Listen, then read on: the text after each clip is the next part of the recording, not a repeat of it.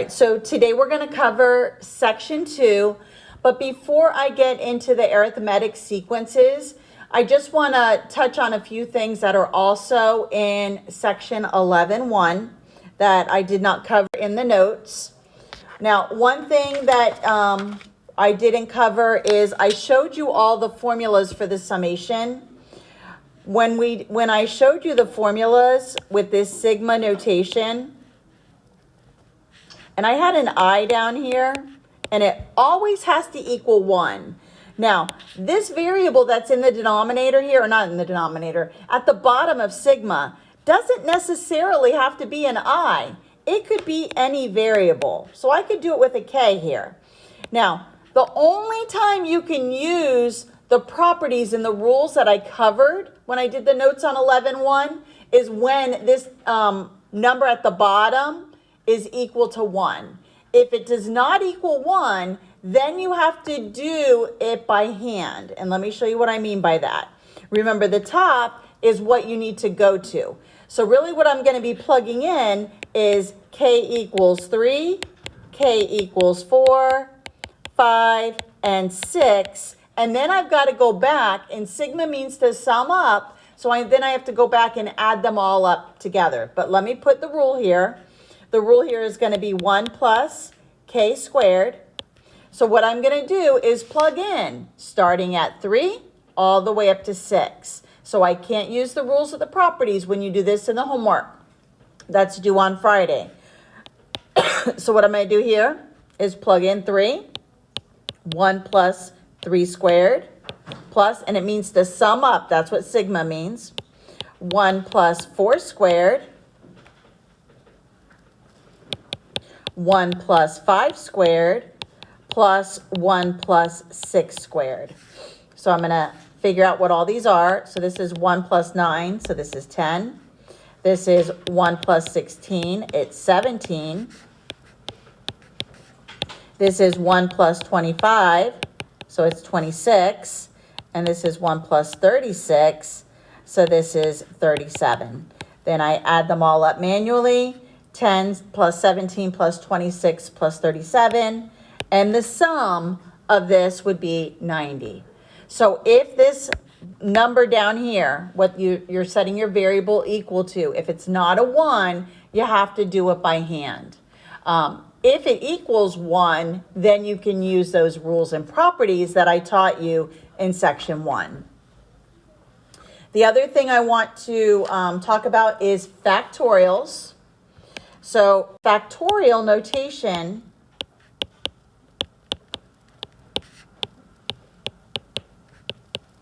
is the exclamation point.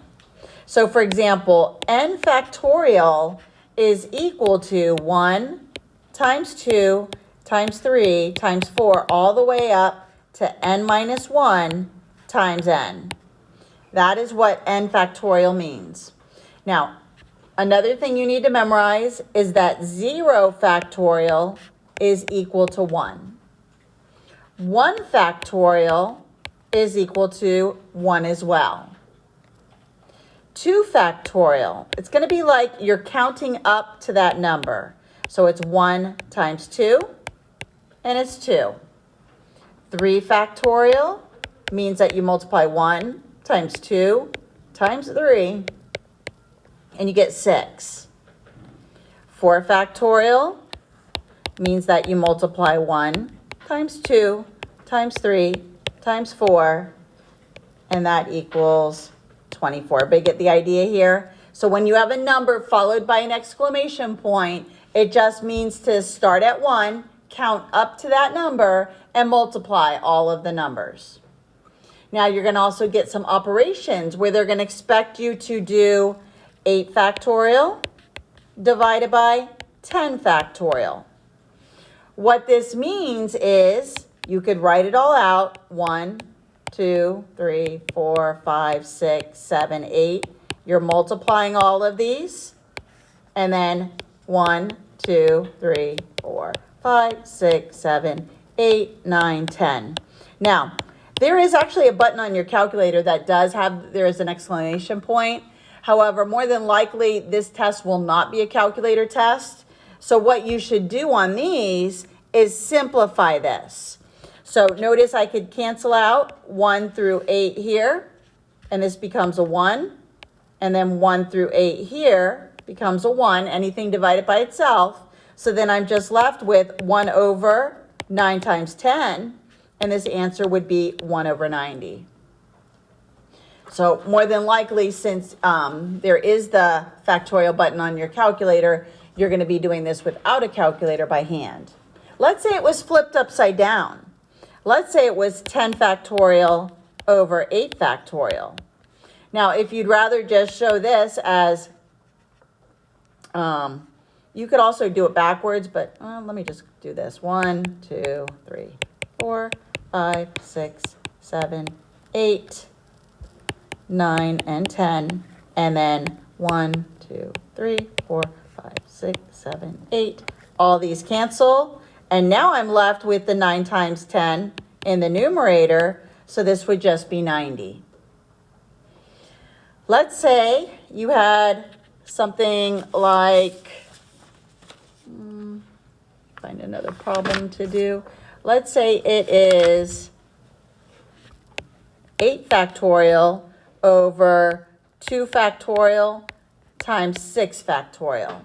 Now I can't multiply these. What I'm going to do is write each one out. So 1, 2, 3, 4, 5, 6, 7, 8. And then the 2 factorial is 1 times 2. And then the 6 factorial would be 1, 2, 3, 4, 5, 6. And again, look for things to simplify. So I could cancel out the 1 through 6 with the black here.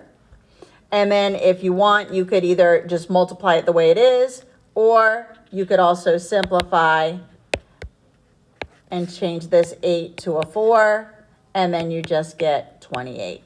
You could have multiplied 7 times 8, and then 1 times 2, and gotten 56 over 2, and then divide it. Either way.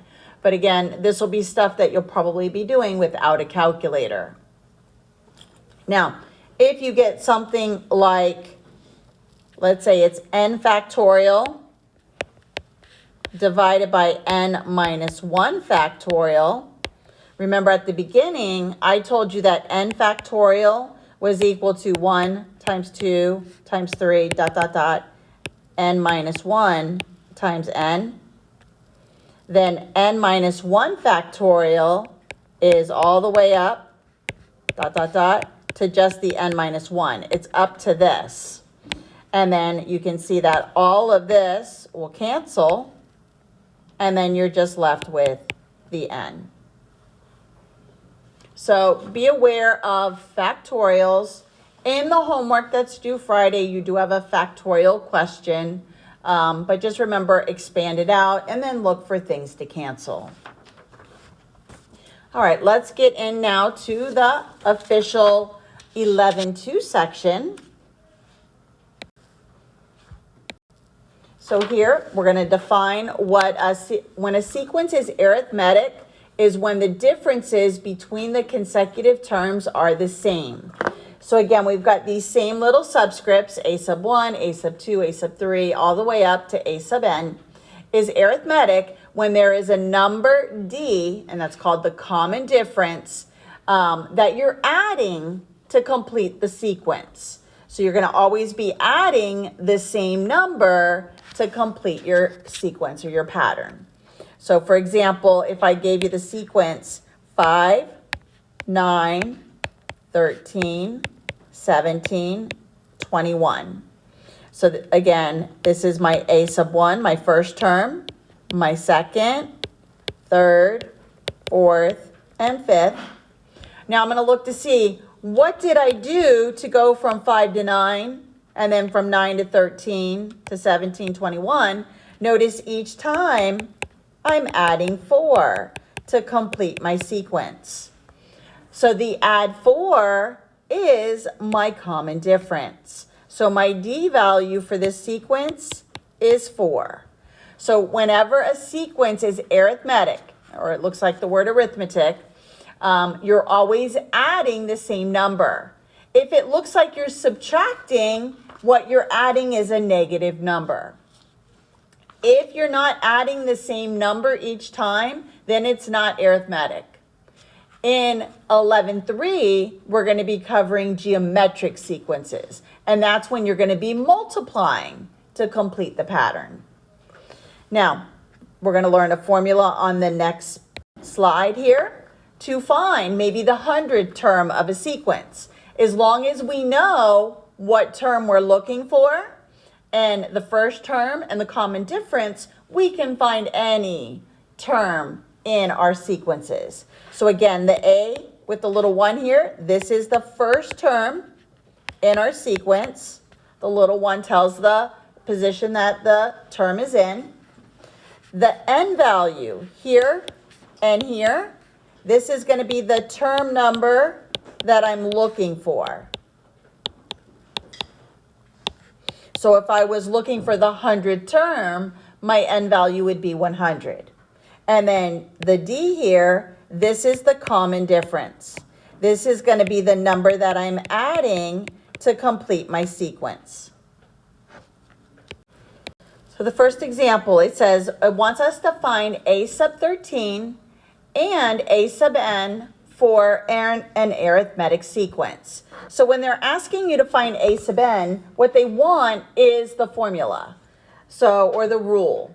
So I'm going to go ahead and I'm going to use the formula from the previous slide. And again, that formula is A sub n equals A sub 1 plus n minus 1 times the common difference. So I'm going to go ahead and fill in what I know. First thing I need to do is figure out what my common difference is. Now my negative 3 here, this is my A sub 1. This is my first term. So now I need to look to see what did they do to get from negative 3 to 1, from 1 to 5, and from 5 to 9. And notice each time, between each term, it looks like they added 4. So my common difference is 4, and my first term is the negative 3. This is what I need to fill in for my formula if I'm going to go ahead and find out the A sub n first. Now, I can do two things. I could find A sub 13 by using the formula. And let me show you two ways. So if I take the A sub n, A sub 1 plus n minus 1 times d, I'm going to plug in 13 for n. My A sub 1, my first term is negative 3. 13 minus 1 times 4. Negative 3. I have to follow order of operations. So I'm going to do what's in the parentheses first. Then I'm going to multiply 12 times 4. Then I'm going to add it to the first term. Negative 3 plus 48. And my 13th term of this sequence is 45. Now, to find the A sub n, that's going to be the rule. So I'm going to, again, take this same equation or this same formula, and I'm going to plug in the first term and the common difference. I'm leaving the n there.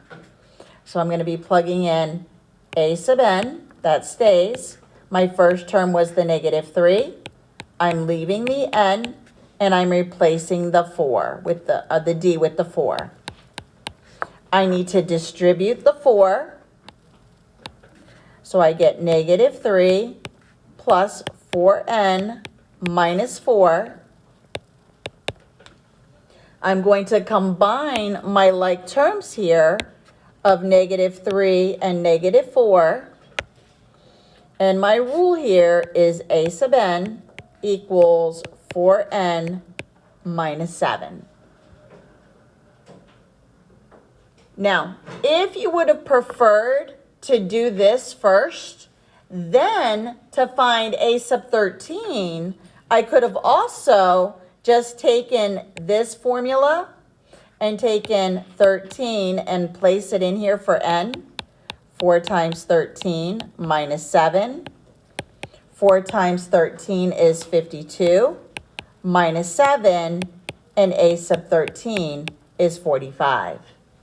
So if they're asking you to come up with the rule or a sub n, do that first, and then it's easier to just plug in the term that they're looking for. Again, you can do it either way. You could do it what I did initially to check your 13th term. This time it wants me to find the 18th term. So a sub 2 is 9, a sub 3 is 15. Now, notice that I don't have a sequence here, but I can go ahead and find the common difference, and it's sort of like slope. So I'm going to take this and this. These are side by side. So really all I have to do is subtract 15 minus 9. But I'm going to also show that you also should be subtracting the place in the sequence that it is. This one, they were side by side, so really all I have to do is subtract 15 minus 9 to get the common difference. But let's say it was the second term and the 10th term, then I would have had to incorporate that they weren't side by side. But in this one, I can just subtract, I get 6. So my common difference here is going to be 6. Because what I did to go from 9 to 15, I added 6. Now, I need to find my common difference. So I can do two things here. Since I have the second term, I could work backwards and just subtract 6 from the 9. And my first term is going to be 3. So let me go ahead and plug in to this formula again. Let me find the rule. Instead of trying to plug in the 18 into this, I'm going to go ahead and just find the rule first and find out what a sub n equals. So I'm going to plug in. My a sub 1 is 3. I'm leaving the n. My common difference was 6. I'm going to distribute.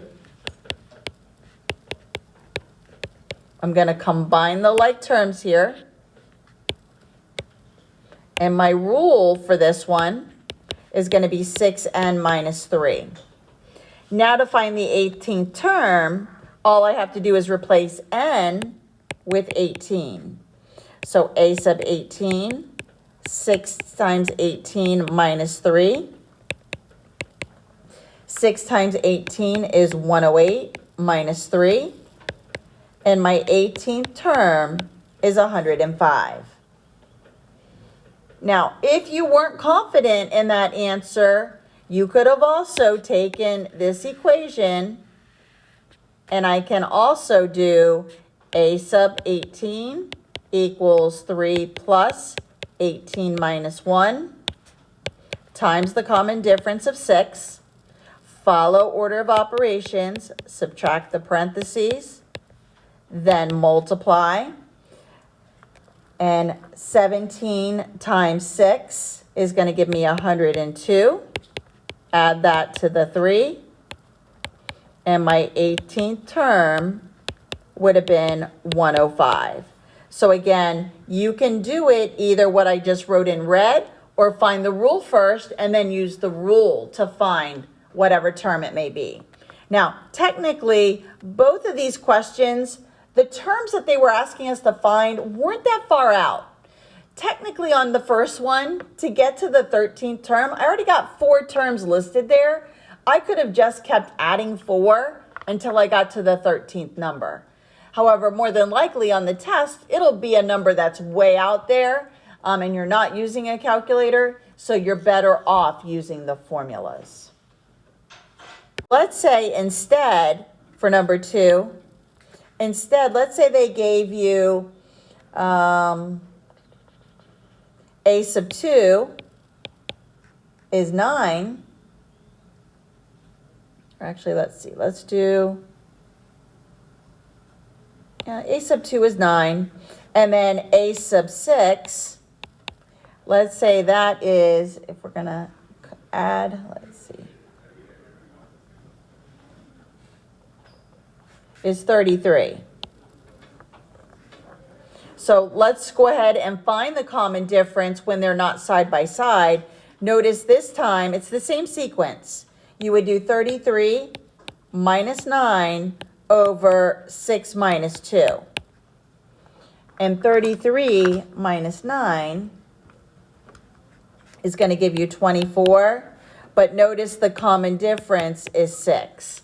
So it's important that you also have to incorporate, when you're finding this common difference here, the spot that the two terms are in. Divide it by that.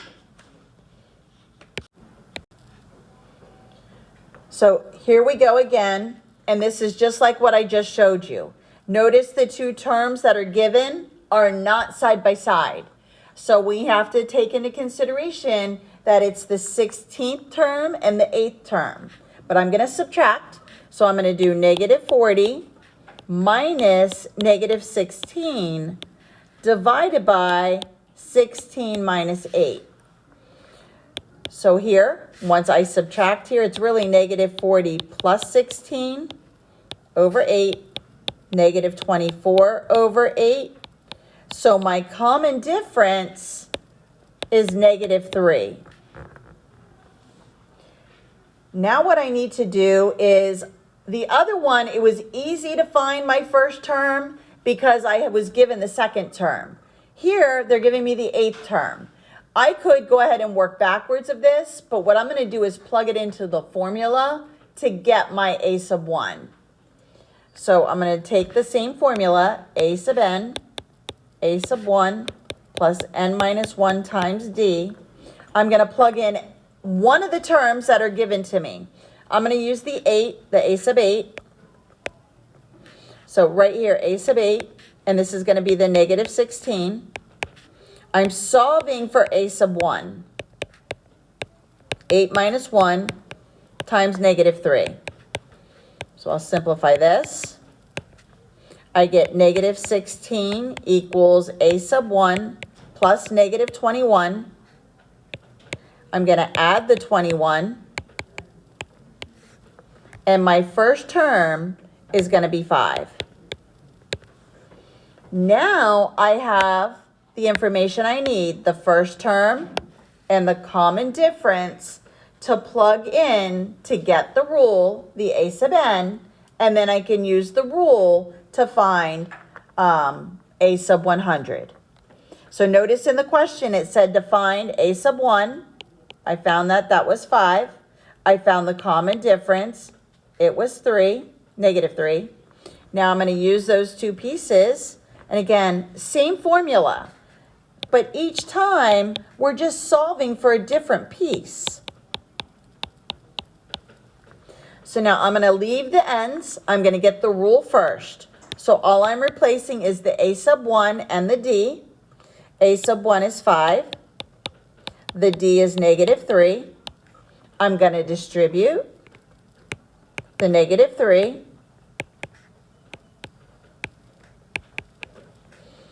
And you could drop this plus sign if you want, since it's plus minus. So 5 minus 3n plus 3.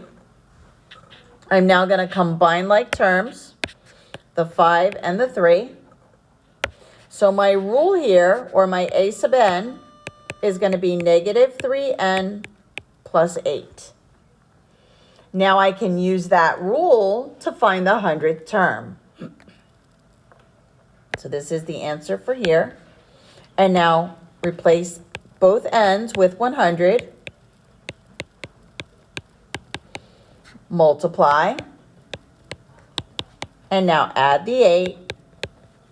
And the 100th term of this sequence is negative 292. Next, partial sum of an arithmetic sequence.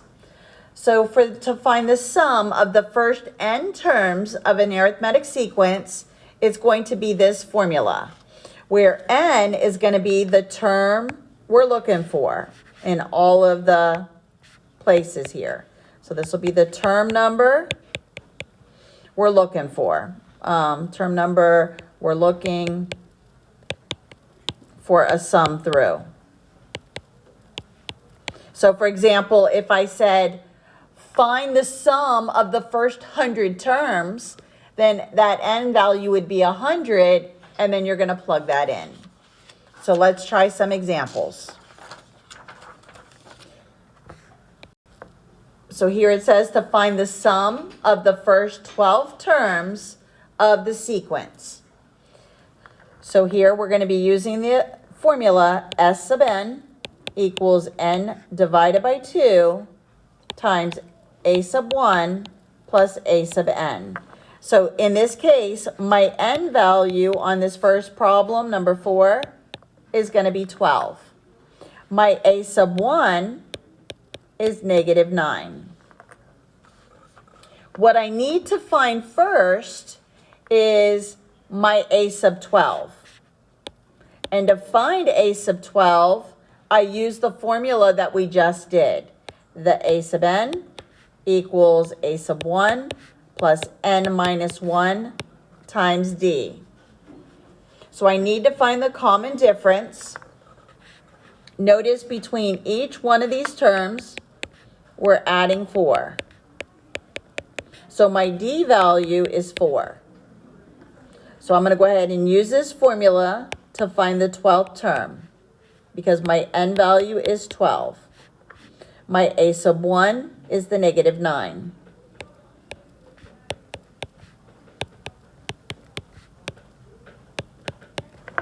So I'm going to go ahead and subtract. I'm going to multiply. Negative 9 plus 44. And my 12th term is 35. So what I need for this S sub n formula is I need to plug in the 12th term, the first term, and my n value. So let's go ahead and put all that in. So I have S sub 12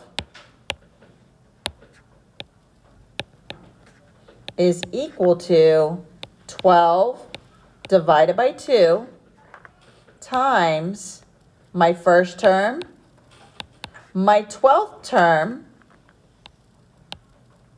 because this is a sub 1 plus a sub 12. I'm going to divide. I'm going to add the parentheses. And now I'll multiply. So the sum of the first 12 terms is 156. So when they want you to find the sum of an arithmetic sequence, you need to use the first formula to find that last term if it's not given to you. Now, the next one, they give us the 17th term. We still have to use the formula to work backwards here. So let's go ahead and take a look. So again, be able to solve for any piece of the formulas. So again, the formulas I'm going to be using, again, are the S sub n equals n divided by 2, first term, plus that nth term. In this case, it's going to be 17. However, I need to first find my a sub 1. So let me go ahead and replace. Notice they've already given me the sum. So I'm going to replace the sum with 187. I'm going to replace my n value with 17. My first term, I don't know. My 17th term is the negative 13. My common difference, let's see, do I know that? I don't need that for here. Okay, so now what I need to do is work backwards here. Now, instead of distributing 17 over 2, I'm going to get rid of it. I'm going to multiply both sides by 17 over 2, or 2 over 17, and that'll cancel this. You can distribute it if you prefer, but it's going to get kind of messy. So this, I can go ahead and multiply here, and 187 is divisible by 17. It actually goes in 11 times. So this turns into 22. And now I'm left with a plus 1, a sub 1, and I'm just going to leave it as a minus 13. I'm going to add 13.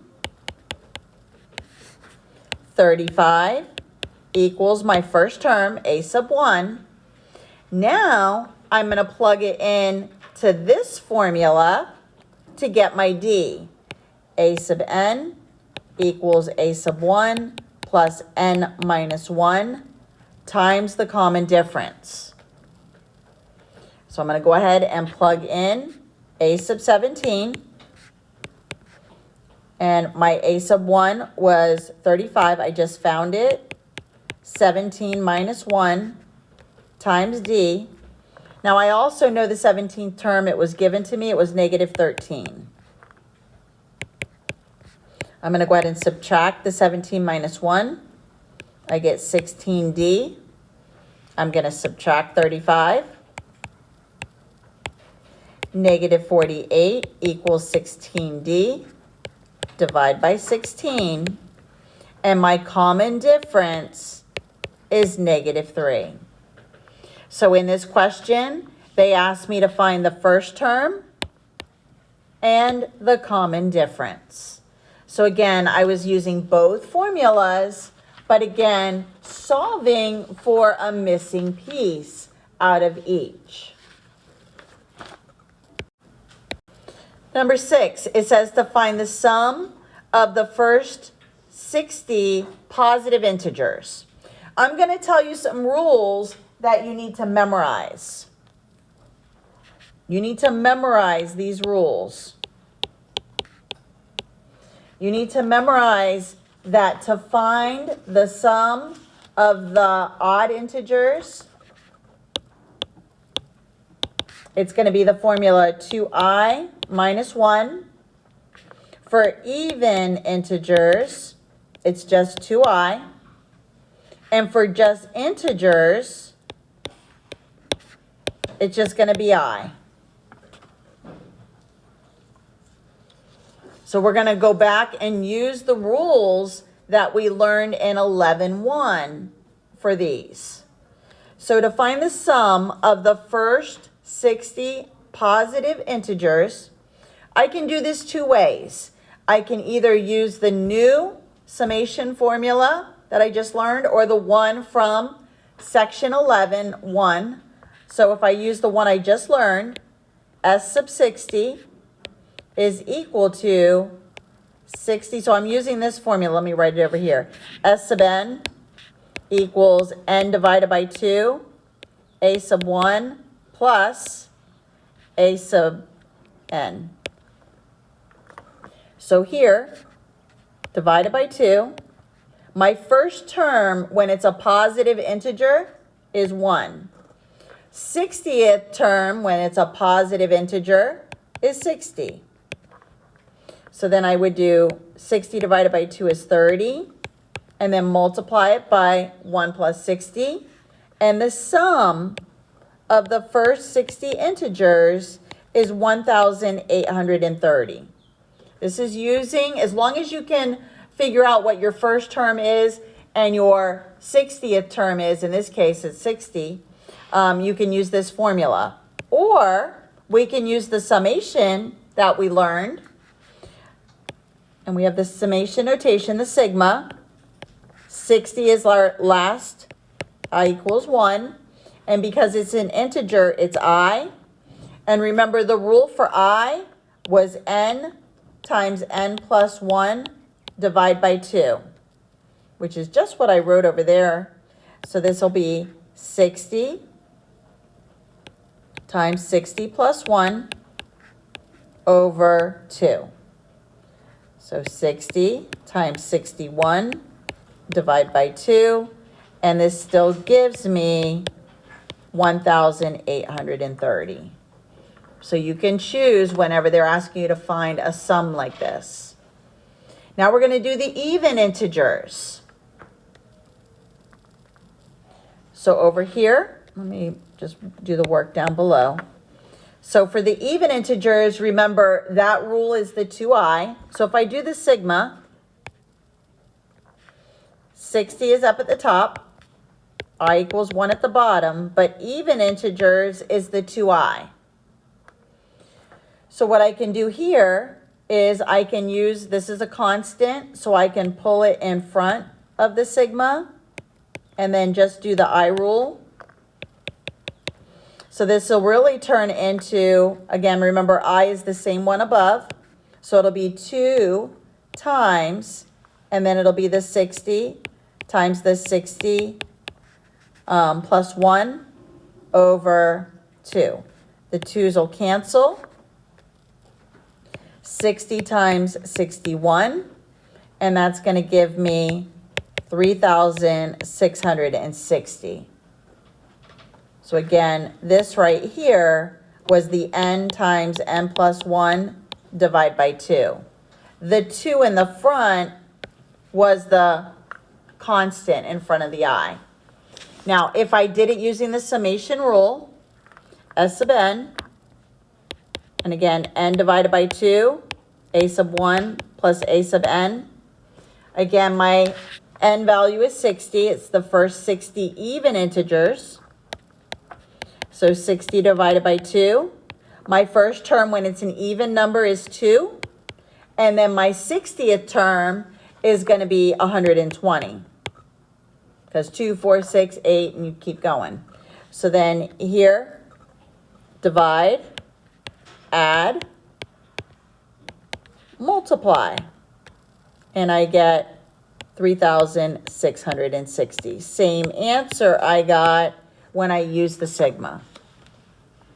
All right, so for the odd integers, remember we're using, for odd, we're using 2i minus 1. So if I do the sigma first, 60, because that's how many they want, I equal 1. 2i minus 1. Again, same rule for the I. What I'm going to go ahead and do here is turn this into its each own little thing. Remember, this is a constant, so this is n times c. And then, so I'll pull the 2 in the front, I, and then sigma of nc here.